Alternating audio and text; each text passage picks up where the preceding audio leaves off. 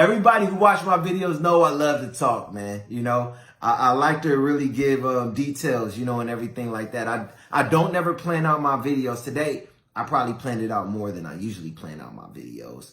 But I don't really plan it out all the way, but I like to break it down as much as possible. I like to do videos where if I'm going to do it, I want people to understand all the way what I'm talking about. And for those of you who watched the whole video, I just want to say thank you. I appreciate you. Trust me, most of you, not all, most of you, I know who you are. And just know that it's blessings coming your way. And I got you. Like, I'm that type of person. Like, I'll reach out to as many people as I can who I know have my back. So I just want to say thank you to all of you who watch the videos and acknowledge it and everything like that. So thank you. But let's get into the Bible verse. I'm going to get into Isaiah 65:14 that really broke down brokenness. And let's go from there. Isaiah 65:14. My servants will sing out of the joy of their hearts, but you will cry out from anguish of heart and wail in brokenness of spirit. Again, my servants will sing out of the joy of their hearts, but you will cry out from anguish of heart and wail in brokenness of spirit. I'm going to let y'all take a second and see what y'all feel, you know, the Bible is trying to say from that. What I feel what was being said is basically, if you let God in and let God relieve what you feel in your heart when it comes down to brokenness and seeking the help that you need, when it comes down to being relieved of that, you will feel the joy in your heart. You will feel good, you know, no matter what. You could be somebody out there on the streets, but you're trying to hustle and make it, but you don't got much, but you still feel that joy. You feel like you got a million because you have a different type of confidence and swag. Only unbrokenness can make you feel that level of swag where you don't got nothing, but you out there hustling, but you ain't got nothing, but it look like you got $1 million. You know what I'm saying? You know, if you a guy, you got girls walking up to you, you know, thinking that you got this and that, like, ooh, you got some swag. Ooh, wow. Dude he breaking it down. You know what I'm saying? Or if you a girl, you know, when you walking around, you ain't broken inside, you know, but you ain't got much, but you just look so confident as you take your walk in life. And the dude looking like, yeah, she got it. You know what I'm saying? That's unbrokenness, you know? So that's how it look when you not broken. No matter what you got, no matter what you doing, the confidence and the light of joy in you shines through it. You know, but when you are broken, like explained in the Bible, you will cry out from anguish of heart and wail in brokenness of spirit. That means no matter what I feel, it means no matter what you're dealing with, you'll always have a broken spirit, no matter what. You can have $1 million in your pocket.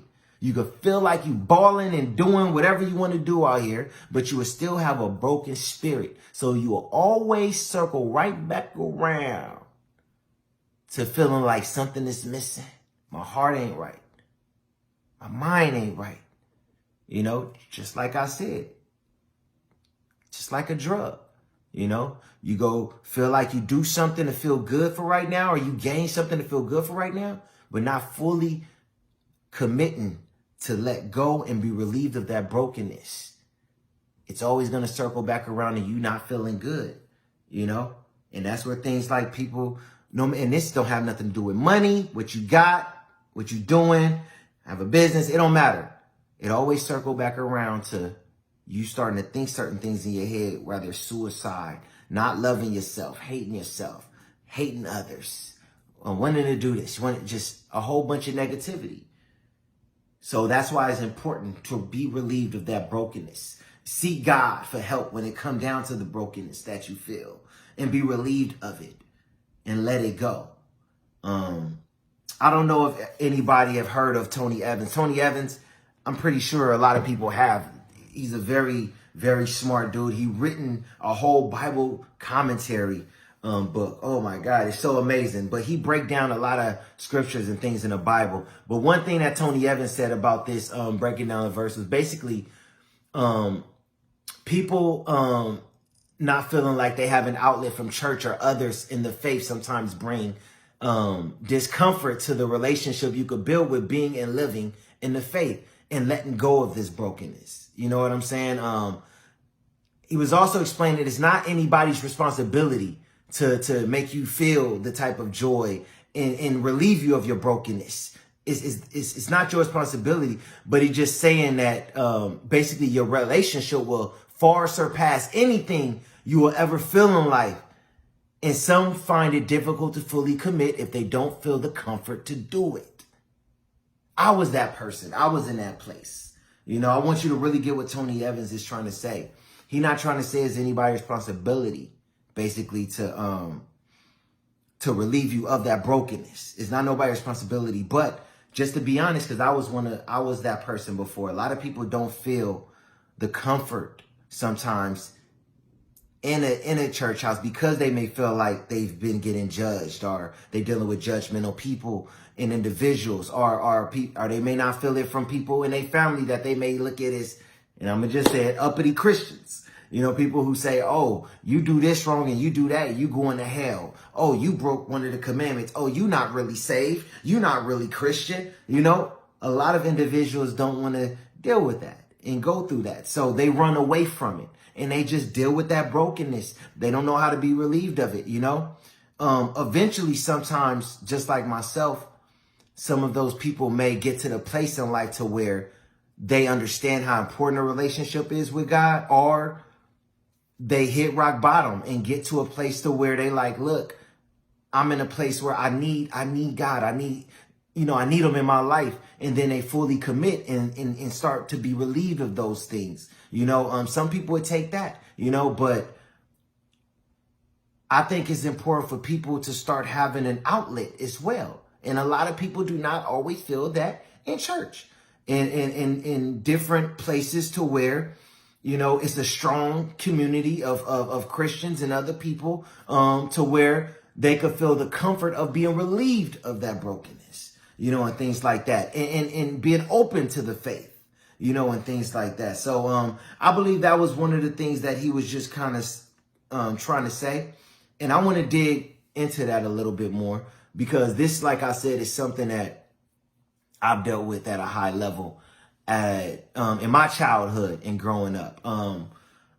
I was one of those people that growing up, I would rather deal with the brokenness. You know, some of us deal with brokenness so long, we get comfortable with dealing with brokenness. It just piled up like a bunch of clothes laying on the floor that you never clean up, and you just get so used to it, you just pass it by and you just deal with what you got to deal with in life. But like I said, I was one of those people, you know, growing up that didn't feel the comfort of turning my life over to God, believing and having faith, and letting, you know, him into my heart to feel the joy and happiness, because I was afraid. I feared it. You know, the things that I felt growing up I had to do, I didn't feel like I had an outlet of hope in a way to where, you know what, I could be broken and still build a relationship with God, and God will continue to help me get through this brokenness. I didn't feel that. I didn't feel that type of outlet. You know, I came up in a strong Christian background and things like that. You know, and first and foremost, don't get me wrong, like, I think that it was important morals that we was taught and things like that growing up, you know. But I would speak for myself and a lot of people in my family, like, it was either hot and cold. Either you was a Christian and saved and as holy as you could be, or you was a person who was not committing your life to God, and you was gonna live as a sinner, and it wasn't no middle ground. It was definitely no middle ground at all. You had to be on one side or the other. So, and we feared to be in that middle. We feared that if we wasn't going to fully commit, then you know what? We was just going to have to live in this sinful world that also creates a lot of brokenness and hurt and pain. You know, we didn't feel that comfort to really bridge that gap and be like, you know what? I may not be where they are at, but I could still have a relationship with God, turn my life over, and make mistakes and understand that God is going to help me get through this, and I want to feel that joy. We didn't feel like that. And I know for a fact I didn't feel like that.